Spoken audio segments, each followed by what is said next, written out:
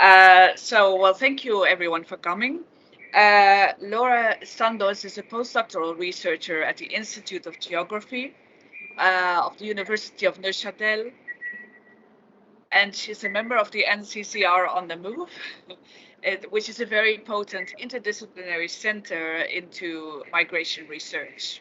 She has studied anthropology, but also psychology and migration studies in Switzerland and Germany. And already in her PhD, her research focused on the mobility patterns of highly skilled migrants, and now on the mobility patterns of migrants who are entrepreneurs, right? She has also lived in Ecuador for 8 months, and I believe she has done field work in Bolivia. So she actually speaks very well Spanish, and so you can ask your questions in Spanish if you prefer. She now investigates spatial mobility capital of transnational entrepreneurs in Europe and in Latin America, and for that aim, she's also been doing field work here in Barcelona. And so some of you might actually already know Laure from her earlier visit to Barcelona. And she's also very active in knowledge transfer and engagement. And so we will see that a bit in the presentation as well, I believe. So thank you so much for being here, Laure. And well, the floor is yours. Well, thank you very much, Miranda, for the kind introduction. Presentation on the computer as it is here. Yes. Right. Okay, so yes. Let's start. Yes, so thank you very much for the introduction. So I don't need to tell you more about who I am at the moment.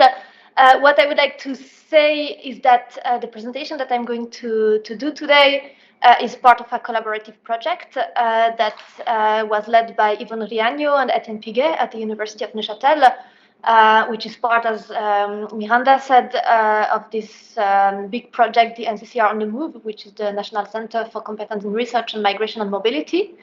And we are part of a module on transnational mobilities and complex diversities, and we have this project on cross-border migrant entrepreneurship. And part of the team, there is also Christina Mittmasser, who is a PhD student who is soon going to finish her thesis. And we also collaborated with Lorena Izaguirre, who is based in Belgium, and she conducted research on entrepreneurship of Peruvian migrants in Sao Paulo. She did her thesis on this topic, and we collaborated with her, like bringing all of our data together and writing some papers together.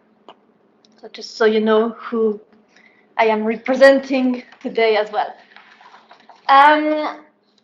Yeah, so our project is about transnational migrant entrepreneurship, and the motivation for this project came from several observations.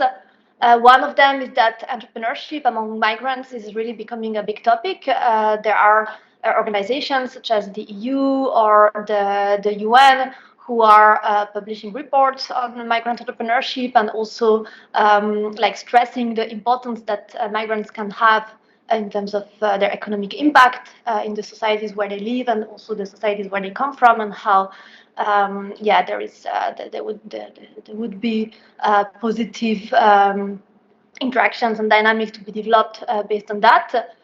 At the same time, we also observed how in the media migrant entrepreneurs tend to be presented sometimes as kind of like models of integration, sometimes almost heroes, which we thought is really interesting as a phenomenon, but then also made us want to understand yeah, what is beyond that, and what is the lived reality of these migrant entrepreneurs.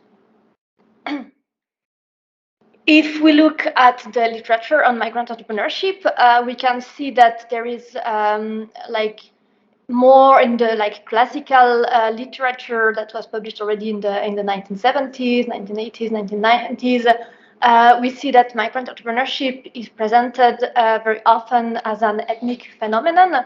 So like researchers have been studying economic exchanges between people sharing a common ethnic background. And then you have literature on like ethnic enclaves in some cities, like big cities, especially in the US. You also have a lot of literature on diaspora and how people use their networks with people from the same origin across different countries to develop business.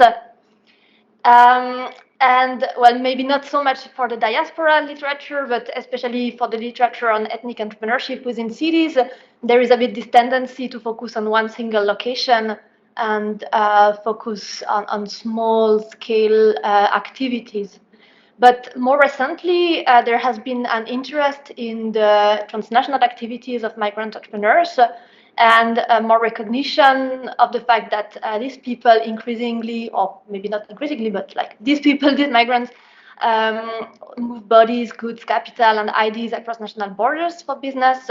And they also have the ability to bring transnational spaces to life through their cross-border networking activities. So in our project, we wanted to understand more about that because we could also see that the diversity of spatial mobilities and exchanges across national borders is, we think, not sufficiently understood. There is, like, we have a paper where we tried to understand the literature. We did a literature review, and we could see that very often the view of migration that we see in the literature is very remains very traditional, with the idea of like someone moving from country A to country B and developing an activity in country B, like integrating in this country and using some resources from country A, but like less about how actually mobility patterns may be much more diverse and how people may circulate actually much more broadly than that. So the aims of our project were to comprehend the diverse mobilities and connections across national borders and to understand the potential of spatial mobility for business making. And the starting question that we had in the project was also to understand to what extent and for whom can spatial mobility become an asset for entrepreneurship. In terms of the methodology, we focused actually on 3 case studies. As Miranda said, I spent some time in the summer of 2019 here in Barcelona, conducting interviews with various types of migrant entrepreneurs. I'm going to say more about that. But we also had Christina Mittmasser conducting fieldwork in Switzerland, and Ivan Riaño, who was based in Colombia. And in total, we conducted 101 biographical and semi-structured interviews with business makers with migration experience. We also used diverse methods such as geographical and mental maps, ethnographic observations, and participatory approaches. So a little bit more about the different case studies we had in the project. So Christina Mittmasser, she mainly conducted fieldwork in Zurich, and she collaborated with an organization that is supporting migrant and refugee entrepreneurs to develop businesses. And so she was very active in the organization. It was also very participatory in the sense that she collaborated. She did volunteer work with the organization. She was also involved. In the end, she even had an impact on the kind of program that they proposed to entrepreneurs, also based on her research. And for her, this was a great way to access certain types of entrepreneurs. In my case, so I conducted fieldwork in Barcelona. I also have to say that we had to reshape a little bit the project, because at first I came to Barcelona during 3 months, but the idea was that this would be more of an exploratory research and that I would then come back. But as you know, the pandemic happened, so we had to rethink a little bit how we would do the fieldwork. And in the end, the exploratory fieldwork became like the main fieldwork, and we rethought the project in terms of like bringing our data together and trying to develop a more comparative perspective. But while I was in Barcelona, I actually looked at like 3 main different types of migrant entrepreneurs. I did some fieldwork in co-working spaces. Maybe you know Mob, makers of Barcelona. They have different co-working spaces in town, and it's also very international. And there I could meet mainly people who like use digital technologies for their business. It's very diverse. You have software developers, you have translators, you have designers, all kind of this kind of jobs. Then I also went in different shops in the city conducted interviews in the shops, talked about asked people about their life, and this was also a different type of situation that I could observe in this kind of shops. And then I also conducted interviews with people who are developing activities around street vending and trying to, in a way, professionalize and also attract or give more attention or draw attention on the situation of street vendors. And maybe you know about like the two cooperatives that there is in Barcelona. One that is supported by the city and more official, and then there is another one that is kind of unregistered trade union of street vendor who are trying to develop activities and develop a brand around their activities. So I also conducted interviews there. Finally, the third case study by Yvonne Riaño. She studied the situation of mainly women, not only, but mainly at the border between Colombia and Venezuela in a small location that is very much side where there is quite a lot of violence by the guerrilla. She studied the situation of women, women and men who were from Colombia, then moved to Venezuela at some point in order to find a better situation, better conditions, then when sent back to Colombia at some point because of political troubles in the region, then the border was closed. But these people started to use their knowledge of the place to informally cross the border and do business between the two sides and export goods from Venezuela to Colombia and back and forth, very often carrying them on their back and also being threatened by violence by guerrilla and paramilitary groups. So this was also a very different situation, but also very interesting for us to have these different perspectives. Just some theoretical notes on our approach. So we were very much inspired by the mobility paradigm, and we wanted to understand the mobility and immobility trajectories of the people we interviewed, so as to be really as open as possible to the diverse types of mobility that they may be involved in, either moving themselves or moving people, moving goods, moving money. So all the types of mobilities that were that the people we interviewed were involved in. And we were also very interested in the opportunities and constraints that these people encounter in different localities.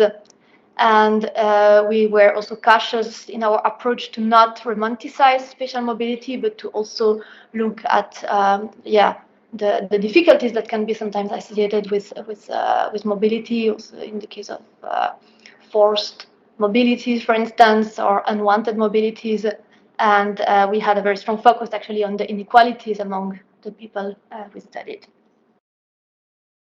Here is just one example of a method that we use during the interviews.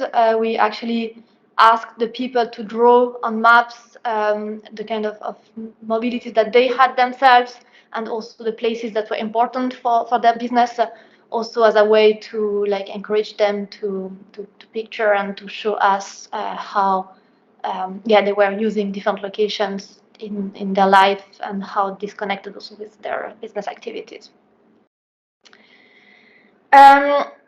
For the presentation of results, first I would like just to show you a little bit the different publications that we have, because I won't be able to say everything in this presentation. So if you want to know more, here are some things that we did.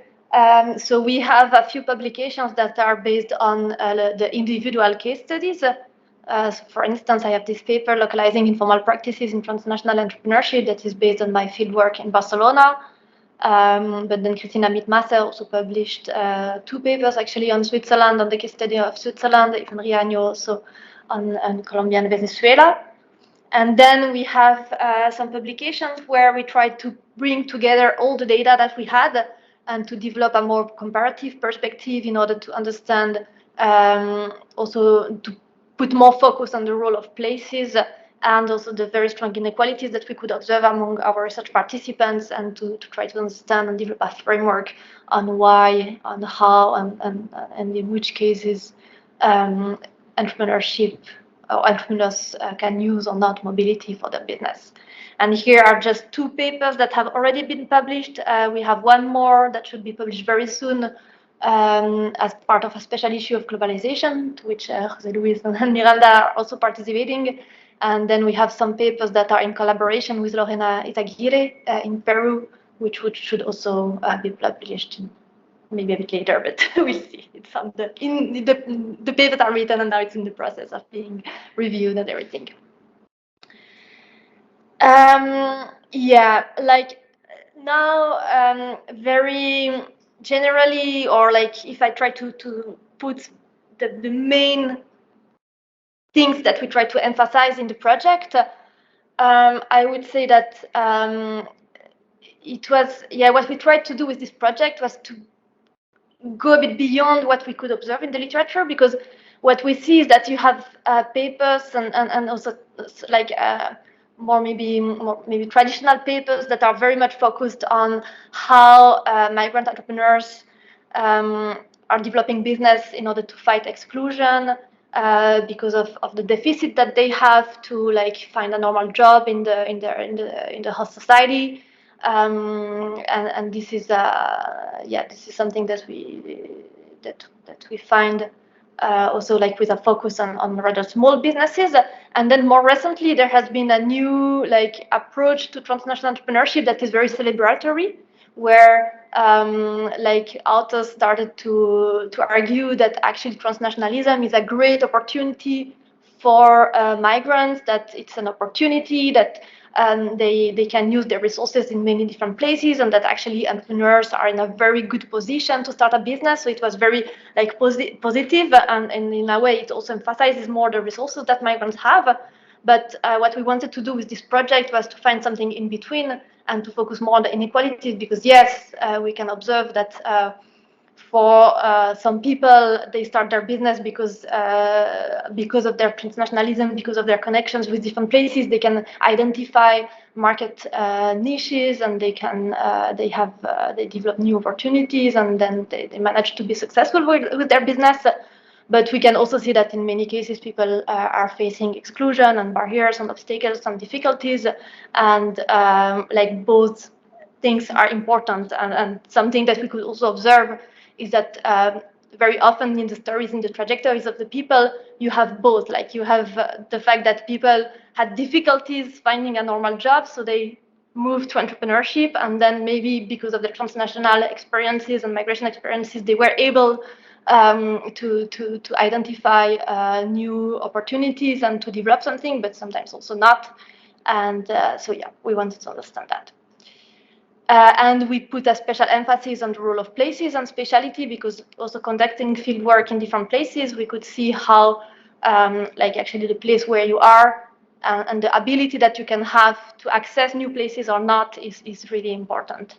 And here I put this small like figure to show how like we don't want to understand the relationship between spatial mobility and social mobility as a causal relationship, but more as a spiral, where social mobility enables spatial mobility, and spatial mobility sometimes enables social mobility, but not always. Sometimes spatial mobility can also be forced or unwanted, and in that case, it can also make people remain stuck in certain situations, and that's also something we could see very much, how actually inequalities are very much reproduced, that people who start from a good position, they end up in a good position, and then you have people who start from a situation of precarity, and it's very difficult for them to move beyond this situation of precarity. And actually entrepreneurship can even be a situation where they take risks and they lose everything that they have, and they end up in a worse situation. And then you have people who manage actually to go out of their situation of precarity, and we also try to understand how that is possible. And to summarize this, we also try to develop, also from a more conceptual perspective, a framework where we try to analyze our data based on social position, so looking at gender, nationality, class, education, age, family situation, and others. How this connects with the geographical location of the people, so the kind of place where they are in terms of density, topography, distance, the kind of physical infrastructure that is accessible, the kind of support measures that people can find in the place where they are, and of course the mobility regimes that enable them or not to move to other places and access new locations. And finally, we were interested in how people use strategies based on their social position and their geographical location and mobilize spatial experiences to access new opportunities. Yeah. This was all very theoretical. And in order to make it more concrete, I now would like to tell you more about the comic that we developed, because beyond the scientific publications, we also wanted to be able to communicate what we did in a more accessible form. And this was also part of the participatory approach, that we wanted to be able to give back something to the people we interviewed, and something that they could understand, and we hope that they can recognize themselves in this. So we collaborated with the comic author and illustrator Jean Leveugle, who he's a French geographer who started his own business as a comic author, and he's involved in many different projects. It was also interesting actually to work with an independent person who started his own business to create a comic on migrant entrepreneurship and business making. And I think he also put some of his experience in the comic, and the collaboration went really well. It is, well, I must say that it was mainly Christina Mittmasser who led the collaboration, especially in the beginning, also because I actually had a child and I was in a maternity leave in the beginning of the comic project. But yeah, they had very good exchanges where at first we developed some ideas of what we wanted to share in the comic, then we shared them with the comic author. We also shared some publications with him. He read them, and then together with Christina, they started writing the story of the comic, the dialogues, and everything.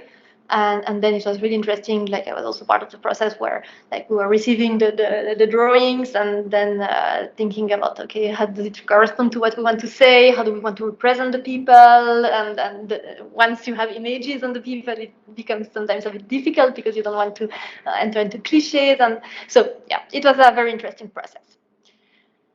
I just want to check what time it is now before I move to. It's 4. Okay. So it means, yeah, I have time. Okay. Yeah. I think actually maybe the most interesting thing we could do, because I was hesitating between describing a little bit the comic to you, or actually giving you the comic to read, because you can read it quite quickly, and then we can discuss it together. The people, you have the link. Yeah, exactly. There is a link for the people who are online. So this is the link to download the comic, and I can give you the paper version. And I would be very happy, if you take, I don't know, 10, 15 minutes to read it, and then we discuss it together, and you can share your impressions. Good. Yeah, perfect. Let me do it. Yeah. Okay.